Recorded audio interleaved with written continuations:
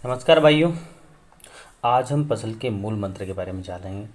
ऐसे तरीके जिससे हम उत्पादन बढ़ा सकते हैं और अनावश्यक खर्चों को कम कर सकते हैं, जिससे हमारी आमदनी बढ़ेगी।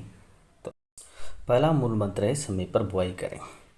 समय पर बुआई नहीं करने से क्या प्रभाव पड़ते हैं? यदि हम फसल को समय से पहले बोते हैं तो उसमें वनस्पति वृद्धि ज़्यादा होती है, तो वो उत्पादन पर नहीं आती है। और यदि हम देरी से बोते हैं तो उसके उत्पादन दिन कम हो जाते हैं, जिससे फूल और फलियाँ पूर्ण रूप से नहीं बनती है, जिससे हमें 30 से 60% नुकसान होने की संभावना है। इसलिए हमेशा ध्यान रखें कि फसल की समय पर बुआई करें। दूसरा मूल मंत्र है उन्नत एवं प्रमाणित बीज का उपयोग करें। उन्नत एवं प्रमाणित बीज में अंकुरण क्षमता अच्छी पाई जाती है, रोग रोधिता पाई जाती है, कीटों एवं रोगों के प्रति प्रतिरोधी पाए जाते हैं, जिससे रोग कम लगते हैं और जर्मिनेशन भी अच्छा होता है।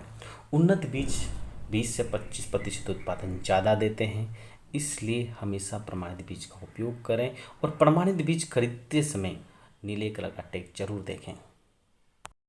तीसरा मूल मंत्र है बीज उपचार। बीज उपचार रोगों और कीटों से लड़ने की क्षमता प्रदान करता है तथा उत्पादन में सहायता प्रदान करता है। बीज उपचार करते समय निम्न बातों का ध्यान रखना चाहिए।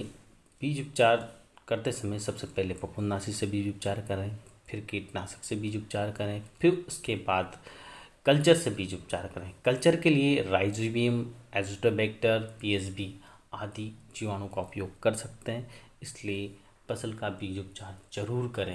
चौथा मूल मंत्र है मिट्टी की जांच करवाएं। जांच रिपोर्ट के अनुसार उर्वरक का उपयोग करें।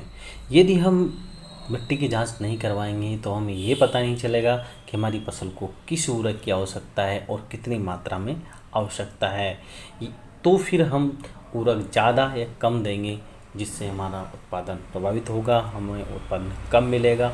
इसलिए हमेशा मिट्टी की जांच करवा कर ही उर्वरक डालें, क्योंकि ज़्यादा उर्वरक हमारी मिट्टी की संरचना को खराब करता है और मिट्टी की संरचना खराब होने पर हमें हमेशा उत्पादन कम मिलता है। इस बात का ध्यान रखें। पांचवा मूल मंत्र है गर्मी में मिट्टी की गहरी जुताई करें। गर्मी में मिट्टी की गहरी जुताई करने से खरपतवार के बीज, कीटों के अंडे एवं फफूंद एवं जीवाणु के स्पोर्स बाहर आ जाते हैं, जो तापमान की वजह से खत्म हो जाते हैं या उनकी वाइबिलिटी नहीं रहती है। कुछ ऐसे बहुवर्षीय खरपतवार हैं जिनके ऊपर कोई भी खरपतवारनाशी काम नहीं करता है। ऐसे खरपतवारों के निदान के लिए गर्मी की गहरी जुताई जरूरी होती है, जैसे मोथा या मोगदिया, बोकना, जंगली चोलोई, कांस, जरबेरी, दूब या दोबड़ी आदि।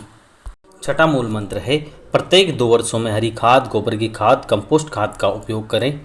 गोबर की खाद और कंपोस्ट खाद एवं हरी खाद मृदा में जीवांश की मात्रा बढ़ाती है और जीवांश की मात्रा बढ़ने से जो उपलब्ध पोषक तत्व उनकी मात्रा बढ़ती है। जीवांश मृदा में जैविक दशा को सुधारता है और जीवांश की वजह से ही उर्वरक एवं जो पोषक तत्व हैं जो उपलब्ध फॉर्म में पौधों को मिल पाते हैं। सातवां मूल मंत्र है फसल चक्र अपनाएं।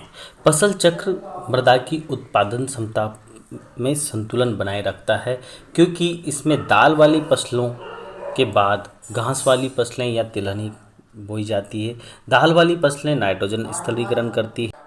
इसमें गहरी जड़ वाली फसलों के बाद उथली जड़ वाली फसलें बोई जाती है, जो मृदा के अलग अलग सतह से पोषक तत्वों का अवशोषण करती है, जिससे मृदा की उत्पादन क्षमता एवं उर्वरक क्षमता बनी रहती है।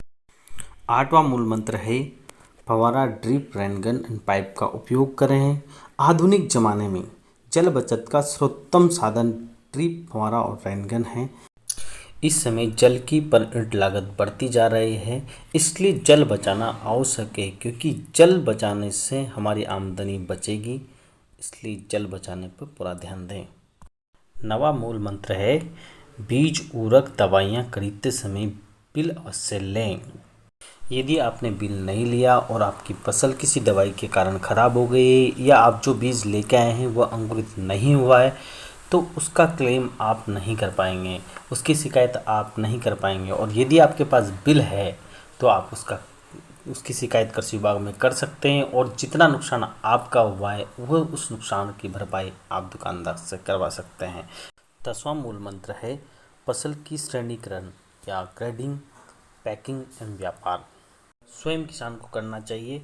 इससे किसान और उपभोक्ता के बीच की दूरी कम हो जाएगी तथा बीच के जो किसान कमीशन एजेंट है वो खत्म हो जाएंगे और उससे हमारी आमदनी बढ़ेगी। दूसरा, किसान को बाजार मांग का पता रहेगा और जब बाजार मांग का पता रहेगा और मांग के अनुसार अगर वो फसल उत्पादन करेगा तो उसके लिए ज़्यादा लाभदायी है।